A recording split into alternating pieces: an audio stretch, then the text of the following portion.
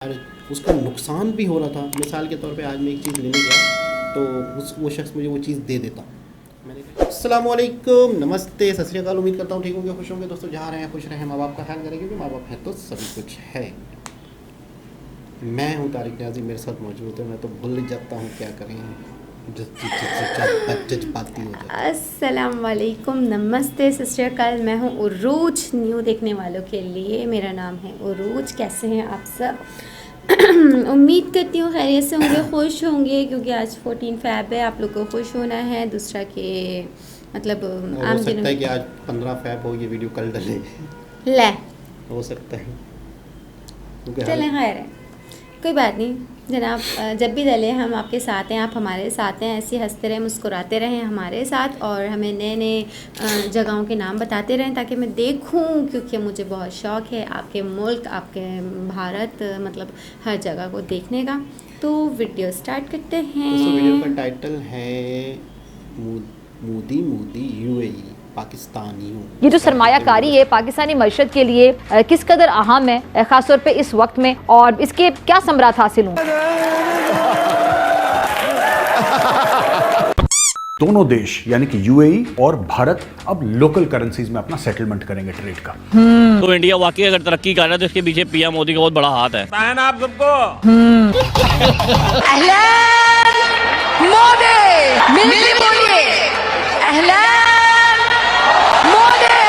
मोदी जी एक आम इंसान नहीं है। अच्छा। वो एक तपस्वी है, वो एक अवतार है। बिल्कुल बिल्कुल है, कोई दो राय। इन 5 सालों में प्राइम मिनिस्टर नरेंद्र मोदी ने इस्लामिक कंट्रीज के साथ अपनी टाइज बहुत स्ट्रॉन्ग कर ली है। यही तो कयामत है। बहुत कुछ है, और न सिर्फ इंडिया के लिए, पूरी दुनिया के लिए वो कुछ न कुछ करेंगे। मोदी के तो मुमकिन है। He's trying his best। हाँ भाई हाँ। इस्लामी मुल्कों में भारत के बढ़ते प्रभाव और बढ़ते रसूख को देखने के बाद में इन कन्वर्टेड मुसलमानों के पेट में मरोड़े उठ रही है, पेट में दर्द हो रहा है। सर, हमारे वजीर आजम जब जाते हैं यूएई की बात कर ले तो उन्हें कोई खास वेलकम भी नहीं होता। पाकिस्तान के वजीर आजम लापता हो गए हैं। क्या बात कर रहे हैं? इस खबर को देख सुनकर पाकिस्तान में हंगामा मच गया है।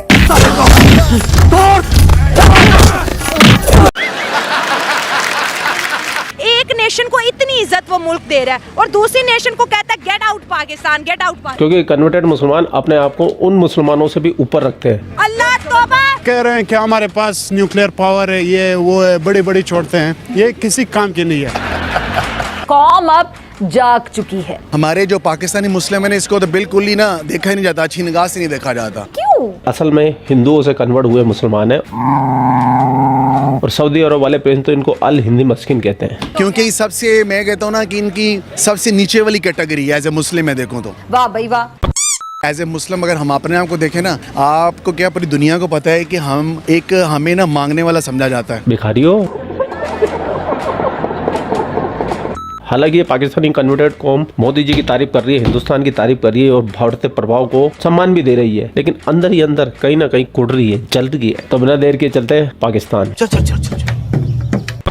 Prime minister Narendra Modi India को तो इज्जत दिला रहे हैं, लेकिन जो मुसाफिर हैं, जो ओवरसीज इंडियन हैं, उनको भी मुल्कों में जाके बहुत ज्यादा उनका कॉन्फिडेंस इन्हांस कर रहे हैं, उनको बिजनेस अपॉर्चुनिटीज दिलवा रहे हैं, उनके लिए रास्ते हमवार कर रहे हैं। क्या कहेंगे? बिल्कुल, प्राइम मिनिस्टर जो हैं इंडिया के, मोदी, ठीक है, वो रिस्पेक्ट डिजर्व भी करते हैं जो उनको मिल रही है। अच्छा। क्योंकि हमने अक्सर देखा, अब न्यूज़ चैनल हो गया, स्ट्रीम मीडिया, ठीक है, अब तो यूथ का दिन है, तो हम देखते हैं कि जिस तरह उन्होंने अपने मुल्क के लिए काम किया है पिछले 7-8 साल में, और कंटिन्यूसली करते जा रहे हैं। G20 समिट हुआ इंडिया में, इसके अलावा आपको पता है वहाँ पे रशिया के लोग, काफ़ी लोग, ममालिक के जो वज़ीर आज़म कह लें या जो भी यूएई से लोग आए, तो ये है कि उन्हें इंडिया के लिए इतना ज़्यादा काम कर दिया कि आने वाले जो अगर इंडिया को 5-7 साल लाहौर मिल जाए, अभी तो वैसे ही वो अमेरिका को टक्कर दे रहे हैं इंडियन, ठीक है। May be if I am not wrong, may be दूसरी या तीसरी बड़ी इकोनॉमी है इंडिया की, उसके पीछे पीएम मोदी का बड़ा बड़ा हाथ है। वो डिजर्व करते हैं रिस्पेक्ट जो उनको वेलकम मिला। 5वीं है और तीसरी टर्म में कह रही है तीसरी इकोनॉमी बनेंगे दुनिया की। बस मैं तीसरी क्या बन जाएगी, ये मैं बता रहा हूँ कि आने वाले कॉन्फिडेंट कैसे है और आपके पास इतनी नॉलेज कैसे है अबाउट इंडिया?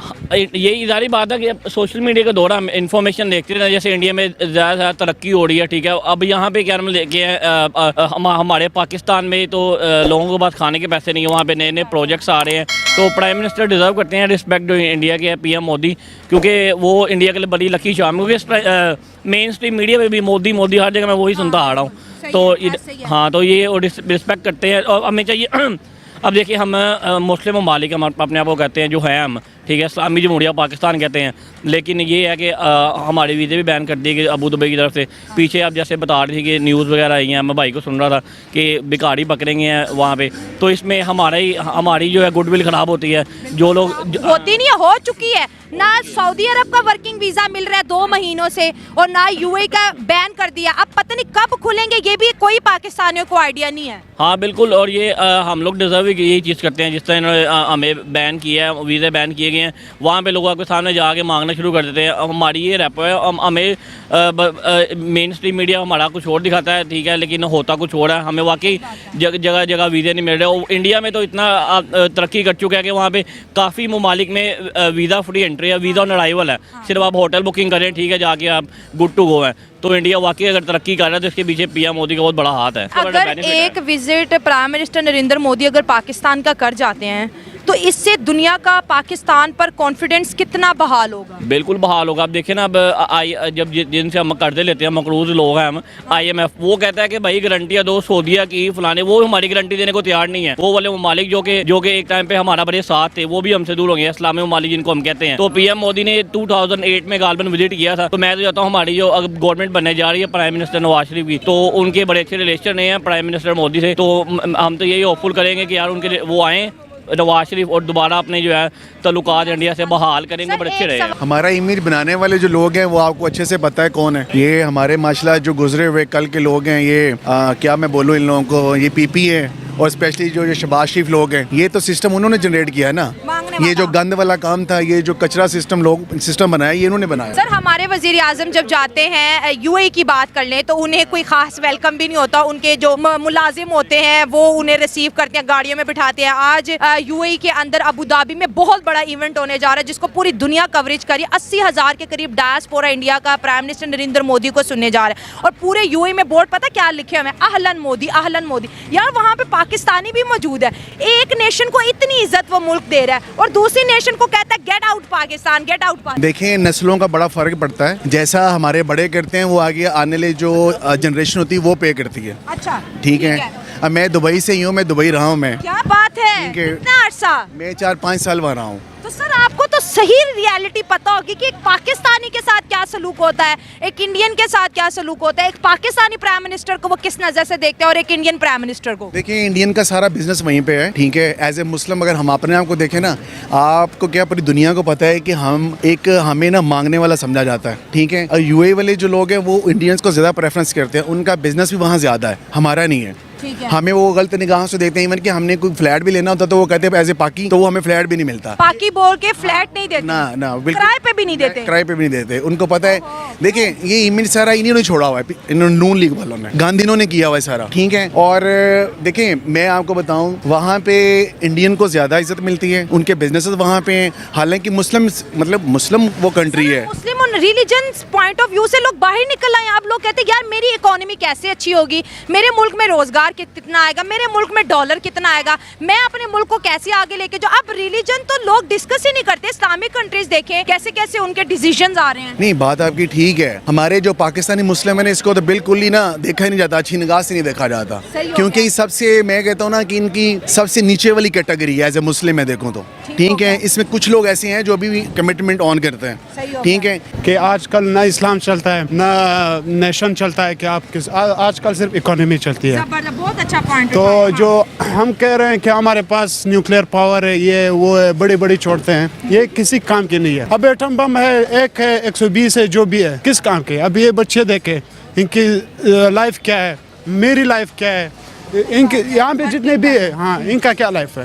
ये मसला है एलीट क्लास का और मिडिल क्लास का। वो सिर्फ सिस्टम में, चाहे चाहे इमरान खान ले आए, जरदारी ले आए, इमरान खान की तरह सा और बना दे, वो ये नेशन, मतलब आज की जो कौम है ना, इसकी तकदीर नहीं चेंज कर सकते।